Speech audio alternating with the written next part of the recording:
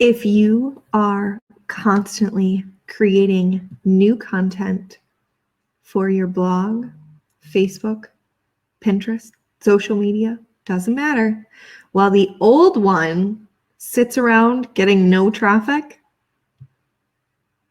sorry to tell you, but you are doing it wrong. Do you put an atrocious amount of time into creating your content, researching and writing new posts, only to have them get little to no engagement or traffic back to your intended source? Do you literally feel like you're pulling your hair out every single day, week, or month, trying to figure out how to capture new leads and sales with the content that you're putting out there? Okay, so let me tell you, I was there, right? I have 2 children. One was on the way, and I was constantly struggling to figure out what to say, how to say it, how long I needed to spend researching these topics, only to feel let down by the fact that my content wasn't bringing in leads and sales. So then I would wake up the next day and say, okay, let's try it again. Maybe I did this wrong, literally beating my head against the wall. And I want to tell you today that there is ways to revive your content.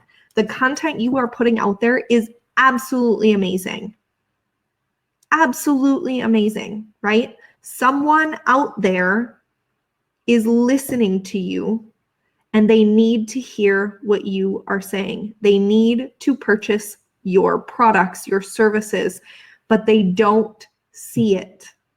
And so I want to tell you today, if you are someone that is constantly spinning your wheels and putting out new content with little to no engagement or click-throughs or purchases, stop right now and let's talk about how to revive your content. Don't throw away your hard work, you guys. Don't do it, okay? So for those of you who don't know, my name is Laura Reich of laurareich.com, and I help provide simple, sustainable solutions to entrepreneurs who are ready to rock it online without the tantrums over tech or trading sleep for their success, so that they can bring in a flood of moolah into their bank account while they love what they're doing. I want to talk to you guys today about a few steps that are super easy for your Facebook page to revive content that you have already posted. Who wants to hear this content? I'm going to quick go over here and I'm going to make sure I can see your guys' comments.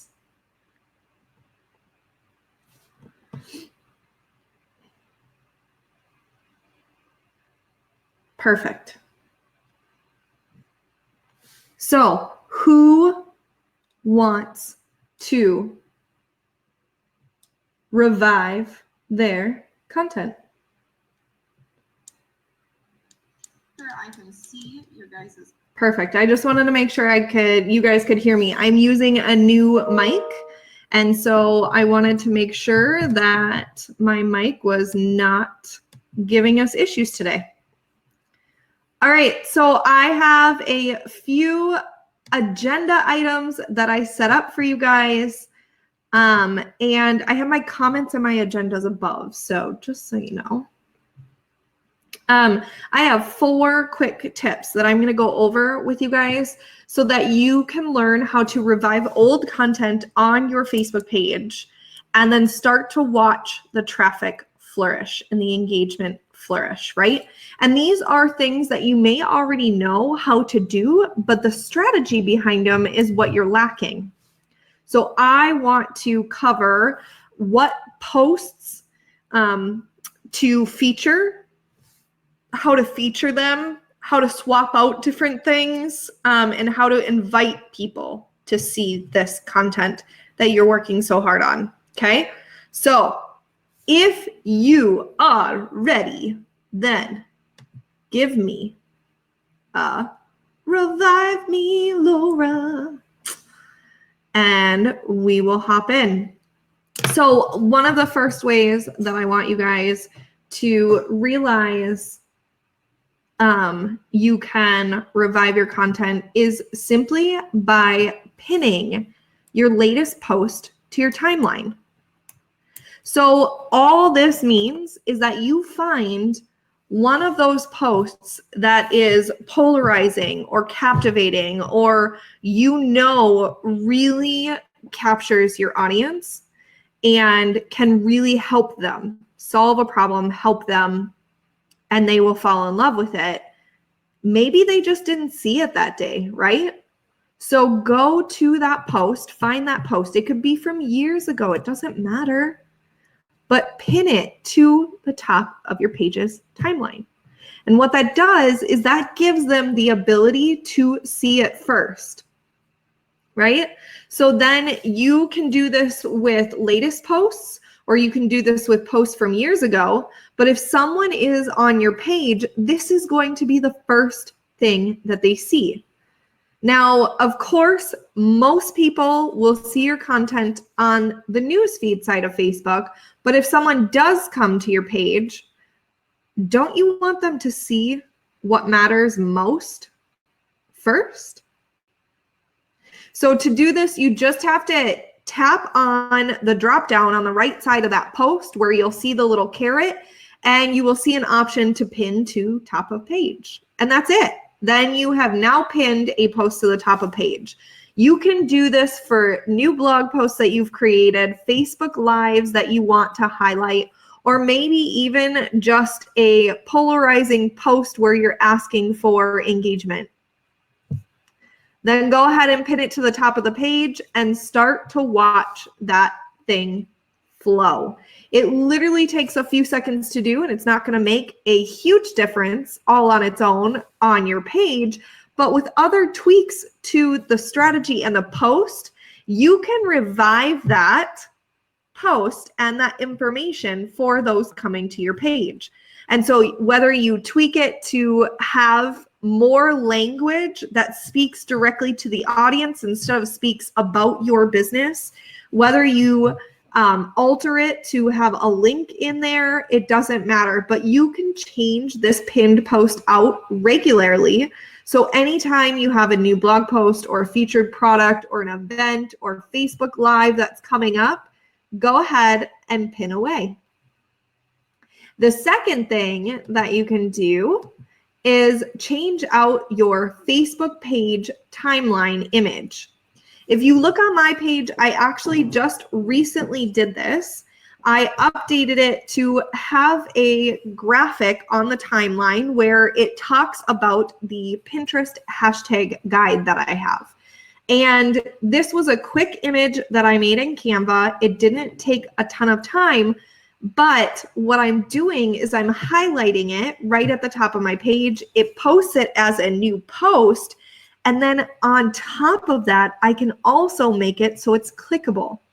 And so when I change it, I can add a link and an introduction of what I want to showcase. So when someone does click on that timeline image at the top cover photo, then it pulls up the description of that photo and gives them the information that I wanted them to see. So when you change your cover photo, Facebook will let you share the change by publishing it on your newsfeed. So that's also an updated post that you can share with your fans. And then it's also going to show up in their newsfeed as well. So it's just a quick, simple way to get more attention and bring more reach. And I suggest that you change your timeline cover as often as you can. So you might want to add it to your calendar to include it into your strategy. Maybe you have a different image that gets posted the day before you go live. Or maybe you have a different image that gets posted once a week, highlighting a new event or product that you're putting out there. Whatever it is, just make sure that you're utilizing that space in the right way so that you are strategically reviving that content you already have. even if, here's an insider tip, even if you want to use that timeline cover image to drive traffic to an old Facebook Live or an old post on your page, you can do that too. Just create that quick graphic, talk about what the post is about, get them to engage and want to know more. And then when they click on that image, that link, instead of taking them to your product or your sales page or whatever it is you had in the past, take them to your old post. Insider tip for you guys. That way, then the image is not only, again, shared in your newsfeed, their newsfeed, but you can start tagging and bringing a funnel, so to speak, for people to go through on your Facebook page, right? Another cool thing that you guys can do is you can swap out the featured photos on your Facebook page as well. So there is a small function that you might not know about on your Facebook page, and it's a simple toggle that allows you to feature the most popular versus the most recent images. And so if you want to go to that and toggle on the most popular, it's going to switch and show things that you have had the most engagement on. You can also flip it to see the most recent, and this will help you with different things to toggle back and forth that you have posted on your homepage. So all you have to do is click the drop down on the right-hand side of your photo section on your homepage and choose from most recent or most popular content. When you check on this, you can, if you want, feature the most popular, but if you're featuring the newest content, then that's going to actually be what they see first. So you want to think about your strategy and how you're reviving and linking to this old content and choose the option that's best going to work for you, right? You can also do this with videos simply the same way, whether it's your live stream videos that are the most popular or the ones that you just did recently, right? And so just think about it in a strategic way. Are you looking for more engagement? Is this one solving a problem where you know without a doubt that they're going to click through and go to what you want them to go to? Or do you know that you have an amazing piece of content on your page that's getting a lot of good engagement, but you want more? So depending on what your strategy is there, you're going to want to swap out what you're featuring. And another tip for you, my fourth and final tip for you, is going to be invite people who engage with your page to like your page so that they can get those updates, right? This is a trick that I actually use regularly, but I am very careful to use it sparingly because I don't want to cause frustration or a bad taste in their mouth by doing this too much.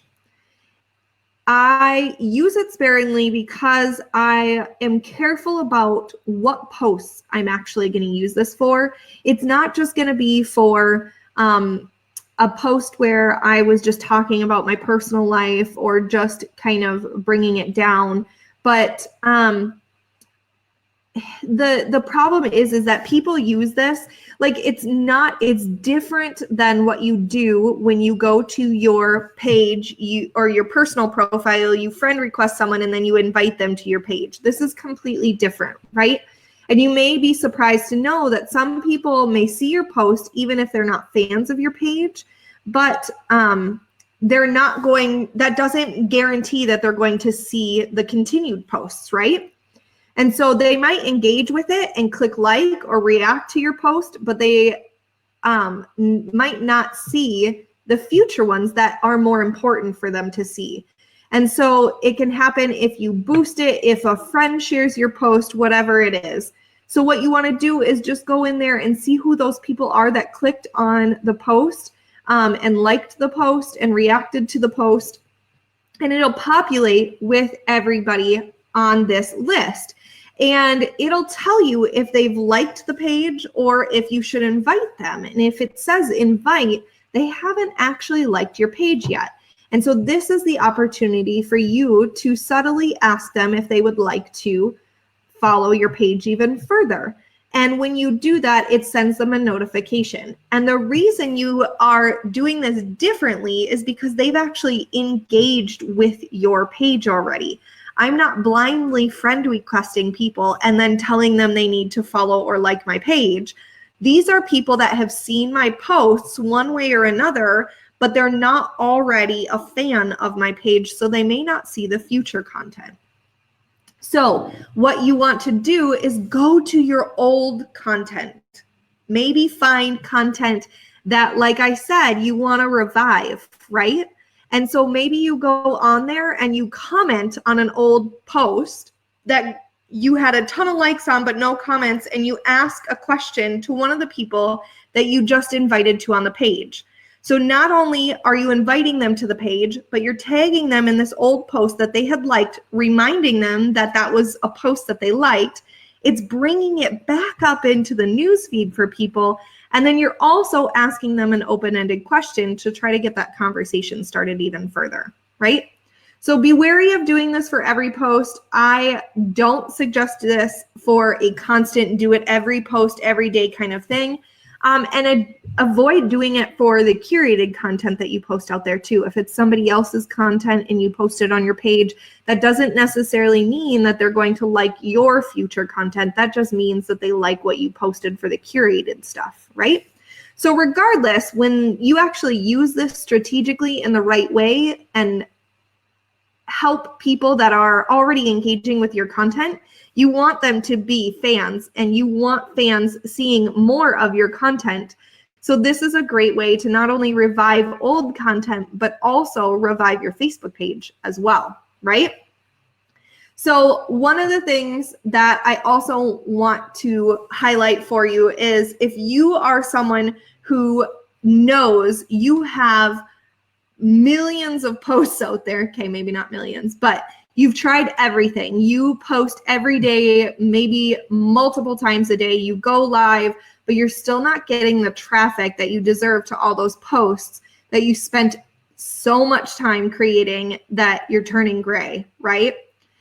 I want to help you. So I'm going to do a live mini class, and I'm calling it Revive Content Mini Course.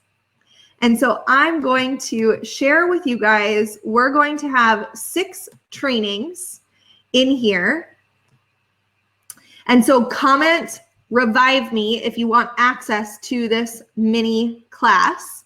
But we are going to go over 6 things. The first thing that we're going to go over is we're going to talk about how to create an inventory of the content that you already have out there.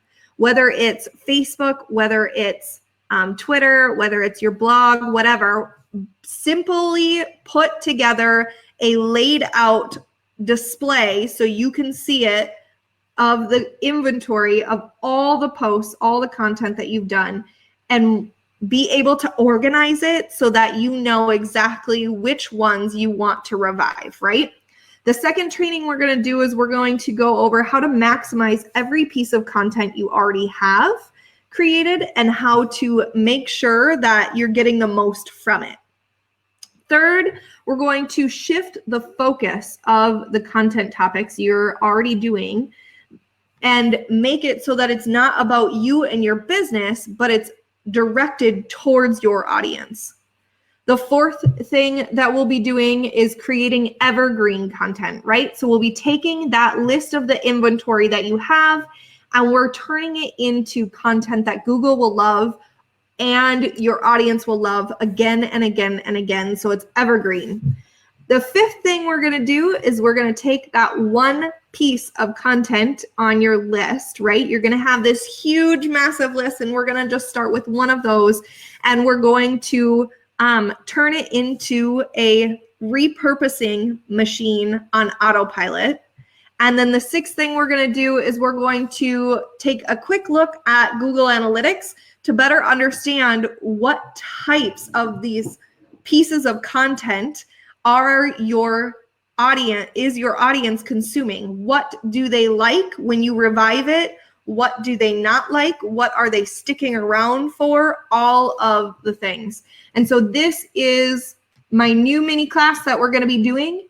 And if you want access into that, go ahead and holler at me, revive me, and we will get you access. These are going to be live videos. So we're going to talk about how to align your content, how to rank your content, how to make a big splash and impact, how to increase the click-through rate, tons and tons of things. So if that's something you are interested in, make sure that you comment, revive me, so that I can get you the information.